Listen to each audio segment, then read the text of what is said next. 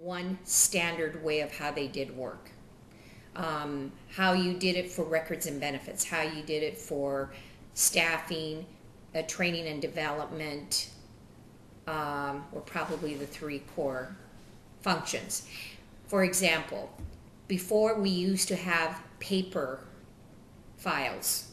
All our files, we had personnel files, they were all paper driven. And I was involved in the project for the Bay Area, which had, I think at the time was probably employing 40,000 employees.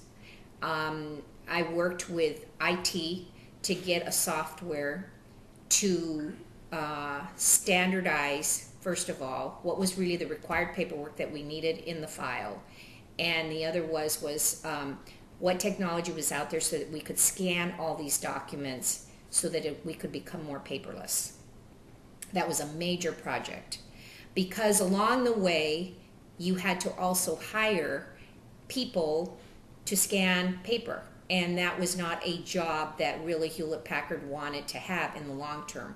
So I worked with temp agencies and so on to get a function going. I worked with legal to standardize what was really the required paperwork that we really needed to have and get rid of all the other one. So long story short, 15 years later, people now can solely go into their personal file and look at it online, which that didn't exist 20 years ago. Okay. So that was one project. Probably another project that I got involved in, that was in the Bay Area, and then eventually that expanded to the U.S. Another project that I got involved in, I worked in acquisitions, divestitures, and mergers. Along the way, some of the company, a business unit would decide, we really want to go into this business. You had business development that would go out there and do some investigation. Then I would be part of a team.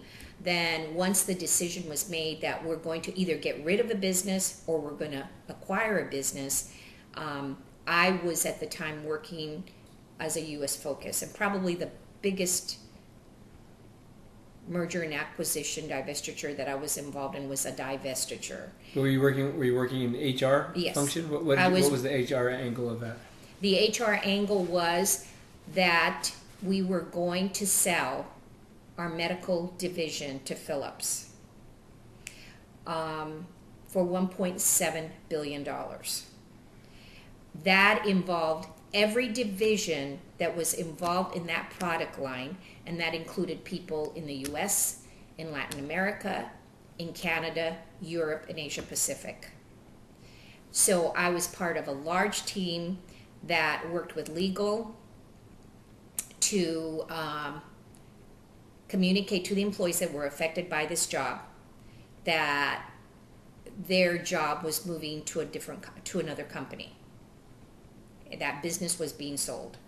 So that went on with, again, hiring a temporary workforce to and train the people to, because all of a sudden you have to ramp up with, and that's what happened towards the end, I say the last 10 or 15 years of the company, that the workforce continued to fluctuate.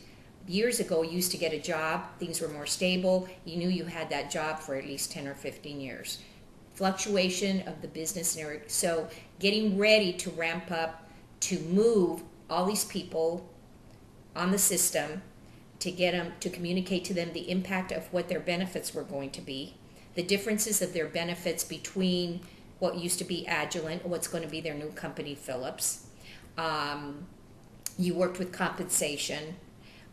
You had certain people that were getting certain levels of bonuses that were key people that Philips wanted to go, but as you can imagine from a human resource standpoint, some people emotionally were very tied to Agilent and weren't feeling that comfortable about Philips. So it was a long, drawn-out project, and at the end, when the deal closed, Agilent got $1.7 billion.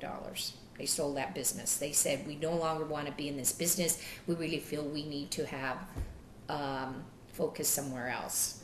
So they went into life sciences, and I don't really, like I said, I don't understand that business as well anymore. Okay. You mentioned earlier about the whole management by objectives, and you mentioned that that you guys had a liaison that was starting to fill the function of relating to other parts of the business, so that human resource could play a more kind of strategic partner role.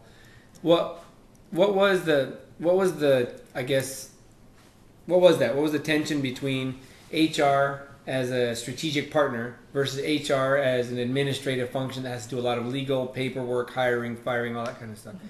So, there's this big move. It's been gone for years and years on how can HR become the strategic partner that allows for better alignment between people and company objectives, and right. Management by objectives is one expression of that. But so what was that? What was that tension in tension in the sense of just what was that back and forth in HP? Right.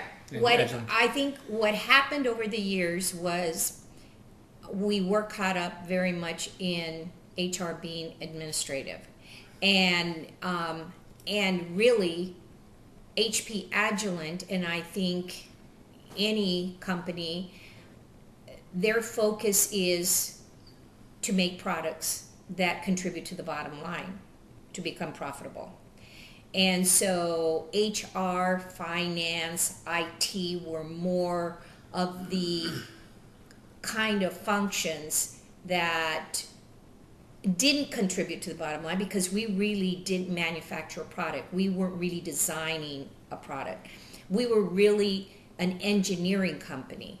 So of course their attention was going to be to invest in divisions and product lines that contribute to the bottom line to make the company profitable.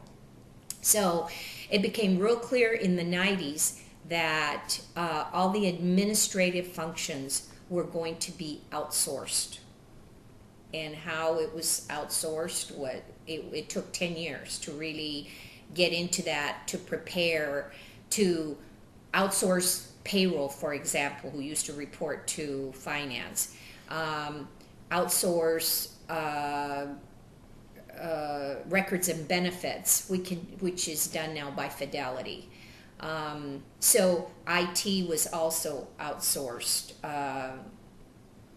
to, I don't know what company, but now you get 24/7 support for any IT service that you need in the company. So what they did is, then there was this role of a liaison, and the liaison then was a support to the business units that were designing, developing, designing, and selling a product. And so this person was kind of like the go-to person in HR. And the go-to person would be, if you had a functional manager that had a question regarding compensation for their functional managers, then you had a division manager who was thinking of venturing off and going into a different product line, like I talked about earlier, that I was involved in divestitures, acquisitions, etc. And they became more of a HR representative that would say, have you thought of the impact that it's going to have on your people? Have you thought of a way of how you're going to communicate this change to your people? Or and have you thought of the cost and the impact that this is going to cost you?